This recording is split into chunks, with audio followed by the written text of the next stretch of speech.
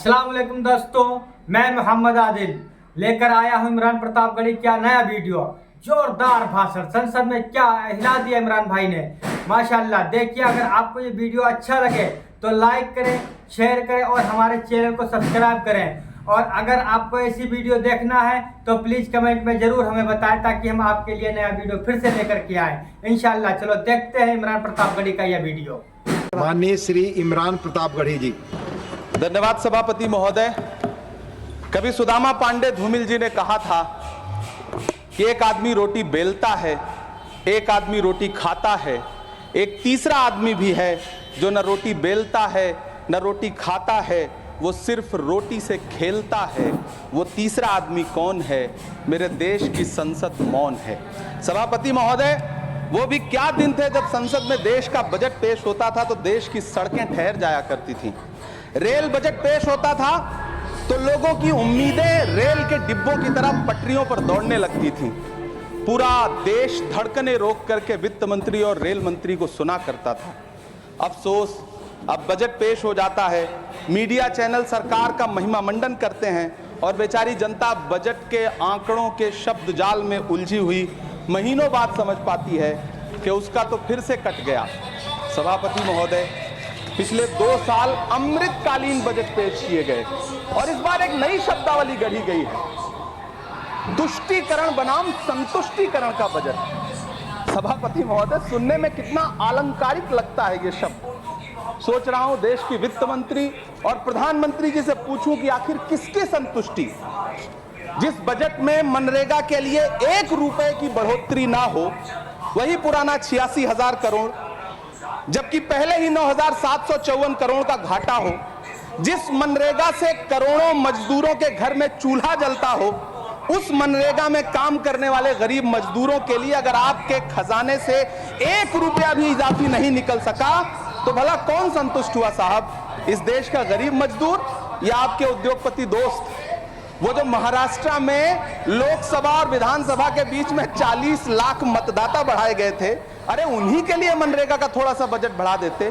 क्या उसमें मनरेगा का एक भी मजदूर नहीं था 40 लाख लोगों में? सारे के सारे 12 लाख की छूट वाले से आगे के लोग थे। सभापति महोदय, कल जब वित्त मंत्री जी देश की संसद में भाषण दे रही थी तो वहां मुंबई में कोई गरीब इंसान जब अपनी जेब टटोल करके अपनी मोटरसाइकिल में 1 लीटर पेट्रोल भरवा रहा था तो उस पेट्रोल की कीमत थी 103 रुपया प्रति लीटर। आखिर इतना महंगा पेट्रोल डीजल खरीद के कौन संतुष्ट हो रहा है? इस देश के गरीब लोग या फिर सरकार के चहेते धन्ना सेठ? सभापति महोदय, वित्त मंत्री जी इस बजट को मध्यम वर्ग को संतुष्ट करने वाला बजट बता रही हैं। अरे मैडम, हम आप यहां पर बैठे रहते हैं और वहां बाहर इसी दिल्ली में 1 लीटर दूध, चाहे वो अमूल का हो या फिर मदर डेयरी का हो, उसकी कीमत 73 रुपए लीटर है। इतना महंगा बेच करके कौन संतुष्ट हो रहा है? गरीब जनता या आपके धन्ना सेठ दोस्त? सभापति महोदय, इस सरकार का बाजार और महंगाई पर कोई नियंत्रण नहीं रह गया है। चाहे देश में लहसुन 400 रुपए किलो बिक जाए, टमाटर 100 रुपए किलो बिक जाए, प्याज का दाम सुनकर आंखों में आंसू आ जाए, लेकिन वित्त मंत्री महोदया बजट में महंगाई का मां भी नहीं बोलती हैं। बच्चों की किताब और पेंसिल तक पर टैक्स लगाने वाले सरकार से मैं पूछना चाहता हूं कि आप मध्यम वर्ग का हितैषी बताते हैं खुद को, तो शर्म नहीं आती है? खुद को धार्मिक कहने वाली सरकार भगवान श्री कृष्ण के प्रिय खाद्य पदार्थों दही और मक्खन तक पर जीएसटी लगाती है और बात करती है मध्यम वर्ग की हिमायती होने की। जिंदा रहते हुए जनता से हर चीज पर टैक्स वसूलने वाली ये सरकार कम से कम मरने पर तो लोगों को बख्श देती, लेकिन नहीं, वहां भी लूटना है। अंतिम संस्कार के सामान, अगरबत्ती, धूप बत्ती, केवड़ा जल, चंदन पाउडर, जौ, बताशा, काला तिल, पंचरत्न, कपूर और कफन तक पर टैक्स लेने वाली ये सरकार किस मुंह से खुद को मध्यम वर्ग का हितैषी बताती है? कौन सी संतुष्टि? किसकी संतुष्टि? कदम कदम पर टैक्स देकर लुटने वाली जनता की या फिर जनता से टैक्स वसूल करके धन्ना सेठों का खजाना भरने वाली सरकार की? किसकी संतुष्टि?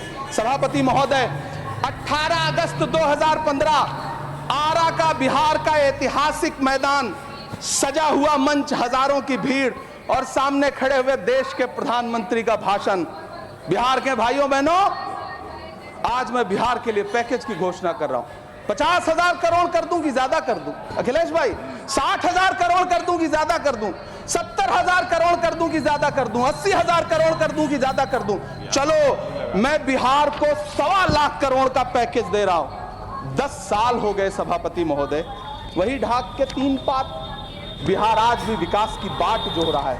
भाषण आज भी प्रधानमंत्री जी के यूट्यूब चैनल पर सुना जा सकता है। जो झूठ बोल के करता है मुतमईन सबको, वो झूठ बोल के खुद मुतमईन नहीं होता। सभापति महोदय, ये तो राहुल जी का असर है। कौन सा शब्द सर, कौन सा शब्द? झूठ। ठीक है सर, मिथ्या बोल करके, जो मिथ्या बोल के करता है मुतमईन सबको, वो मिथ्या बोल के खुद मुतमईन नहीं होता। ये राहुल जी का असर है। जो मखाना बोर्ड की घोषणा हुई, अखिलेश जी आपको याद होगा, भारत जोड़ो न्याय यात्रा में 30 जनवरी 2024 को बिहार के रंगभूमि मैदान में राहुल गांधी जी का पूर्णिया में भाषण था और उसमें मखाना को लेकर उन्होंने आवाज उठाई थी। ये उनका असर है कि आपको मखाना बोर्ड बनाना पड़ा, वरना तो आप मैखाना बोर्ड बनाने वाले लोग हैं। सभापति महोदय, बिहार को झूठे पैकेज और चुनावी दिलासे देना बंद करिए। आज भी जब कोसी में बाढ़ आती है तो पूरा सीमांचल बर्बाद हो जाता है। मैंने उस तबाही को अपनी आंखों से देखा है। 2016-17 की बाढ़ में अपने इन्हीं हाथों से राहत सामग्री बांटी है मैंने। अगर सच में बिहार के लिए कुछ करना चाहते हैं तो बिहार को बाढ़ से बचाने का प्रबंध करिए। पूर्णिया एयरपोर्ट 10 साल से बाट जो रहा है, घोषणा 2014 में हुई, बन के आज तक तैयार नहीं हुआ। अलीगढ़ मुस्लिम विश्वविद्यालय का किशनगंज सेंटर बजट के अभाव में दम तोड़ता जा रहा है। मैंने पिछले बजट सत्र में भी आवाज उठाई थी। आज फिर वित्त मंत्री जी से अनुरोध करना चाहता हूं, दामन फैला करके, कि अलीगढ़ मुस्लिम विश्वविद्यालय का किशनगंज सेंटर बन जाने दीजिए। आखिर कौन सी नफरत है? यह मुल्क हमारा भी है। इस मुल्क की मिट्टी में हमारा भी खून पसीना शामिल है। हमसे इतनी भी क्या नफरत? रिश्तों की ये नाजुक डोरें तोड़ी थोड़ी जाती हैं। अपनी आंखें दुखती हो तो फोड़ी थोड़ी जाती हैं। सभापति महोदय, अल्पसंख्यक मंत्रालय का बजट काटकर मौलाना आजाद नेशनल फेलोशिप बंद कर देना, प्री मैट्रिक स्कॉलरशिप बंद कर देना, नई मंजिल योजना बंद करना, धरोहर योजना बंद करना। 2024-25 के बजट में माइनॉरिटी मिनिस्ट्री के लिए 3,183 करोड़ रुपए की घोषणा हुई, लेकिन देश को हैरत होगी कि बाद में समीक्षा करके लगभग आधा कर दिया गया, 1,868 करोड़ रुपए। मुझे सरकार से पूछना है कि कौन संतुष्ट हुआ? इस देश का अल्पसंख्यक संतुष्ट हुआ है या आप संतुष्ट हुए? किसका संतुष्टिकरण? सभापति महोदय, मैं प्रधानमंत्री जी से कहना चाहता हूं कि आप ही ने 1 मार्च 2018 को किंग अब्दुल्ला को, जॉर्डन के किंग अब्दुल्ला को मेहमान बना करके इसी दिल्ली में एक कॉन्फ्रेंस में कहा था कि मैं मुसलमानों के एक हाथ में कंप्यूटर और दूसरे हाथ में कुरान देना चाहता हूं। कंप्यूटर देने की बात तो छोड़िए, पढ़ाई के लिए जो स्कॉलरशिप मिल रही थी उसको भी छीन लिया आपने। किसको संतुष्ट करने के लिए? हम समझते हैं इस साजिश को। आप माइनॉरिटी मिनिस्ट्री का बजट काटते काटते एक दिन मिनिस्ट्री को ही बंद कर देना चाहते हैं। वो जहर देता तो सबकी नजर में आ जाता, सो ये किया कि हमें वक्त पर दवाएं न दी। सभापति महोदय, मैं तो वित्त मंत्री जी से पूछना चाहता हूं आपके माध्यम से कि शायद आपको पता ही नहीं है कि गृहस्थी चलाने वाली एक गृहिणी की मुश्किलें क्या क्या होती हैं। आपने कभी सोचा भी नहीं होगा कि जब वो किचन में सब्जी बनाने के लिए कढ़ाई में तेल डालती है तो उसके साथ उसके आंसू भी गिरते हैं। सभापति महोदय, शायद उन्हें पता भी ना हो कि एक छोटी सी गाड़ी और एक छोटे से फ्लैट का EMI भरने के बाद इस देश का एक गरीब इंसान जब अपने बच्चों की फीस भरने के बारे में सोचता है तो उसे कितनी खुशियों का गला घोंटना पड़ता है। शायद उनको पता भी नहीं है कि फसल बेच करके बिटिया की शादी का सपना सजाने वाला किसान जब अपनी फसल बर्बाद देखता है तो कितनी रातें सो भी नहीं पाता है। सभापति महोदय, शायद वो कभी इस पीड़ा को समझ ही नहीं पाएंगी कि परिवार के किसी एक सदस्य को कैंसर जैसी बीमारी हो जाए तो घर और जमीनें गिरवी रख उठती हैं लेकिन इलाज नहीं हो पाता। सभापति महोदय, इसी देश की संसद में कभी स्वर्गीय सुषमा स्वराज जी ने कहा था कि जब देश की करेंसी गिरती है तब देश की प्रतिष्ठा गिरती है। एक तरफ कोलंबिया जैसा छोटा सा देश और उसके प्रधानमंत्री गुस्तावो पेत्रो खड़े हैं जो कोलंबिया के नागरिकों को हथकड़ी लगाकर लाने वाले जहाज को अमेरिका बैरंग वापस लौटा दे रहे हैं, और दूसरी तरफ हमारे प्रधानमंत्री जी खड़े हैं जो बेड़ी और हथकड़ी लगा करके लाए गए बेटों के अपमान पर एक शब्द नहीं बोल रहे हैं। सभापति महोदय, मैं इतिहास के पन्ने पलट रहा हूं, मुझे दो किरदार याद आ रहे हैं। एक तरफ निक्सन के 7वें बेड़े की धमकियों के सामने लोहे की तरह अडिग इंदिरा गांधी खड़ी हैं, तो दूसरी तरफ खुद ही नमस्ते ट्रंप का नारा लगाते हुए प्रधानमंत्री जी खड़े हैं। मेरे कानों में सुषमा स्वराज जी की आवाज गूंज रही है। बहुत कम बोलने वाले डॉक्टर मनमोहन सिंह ने बहुत ज्यादा बोलने वाले प्रधानमंत्री जी को जब देश की बागडोर सौंपी थी तो $1.58 का था, आज 85 से 87 के बीच में झूल रहा है। इन दिनों रुपए की अहमियत गिरती है तो न तो देश की प्रतिष्ठा गिरती है न प्रधानमंत्री की गरिमा। जिस देश में 80 करोड़ लोगों को 5 किलो राशन के लिए कतारों में लगना पड़ता हो, उस देश में यह सरकार 12 लाख तक के टैक्स न लेने के लिए अपनी पीठ थपथपा रही है। हुकूमत इस कदर आवाम पर एहसान करती है, ये आंखें छीनती है और चश्मे दान करती है। सभापति महोदय, महाराष्ट्र का भिवंडी हो, मालेगांव हो, इचलकरंजी हो, यूपी का बनारस हो, मुआयमा हो, मुबारकपुर हो, रांची का छोटा नागपुर हो, बिहार का भागलपुर हो, हर जगह बुनकरों की उम्मीदें तोड़ रही हैं, लेकिन इस सरकार के पास उनके लिए कुछ भी नहीं है। मुरादाबाद का पीतल उद्योग, कानपुर का चमड़ा उद्योग, सहारनपुर का लकड़ी उद्योग, फिरोजाबाद का चूड़ी उद्योग, अलीगढ़ का ताला उद्योग, सब सरकारी प्लानिंग से तबाह हो रहे हैं।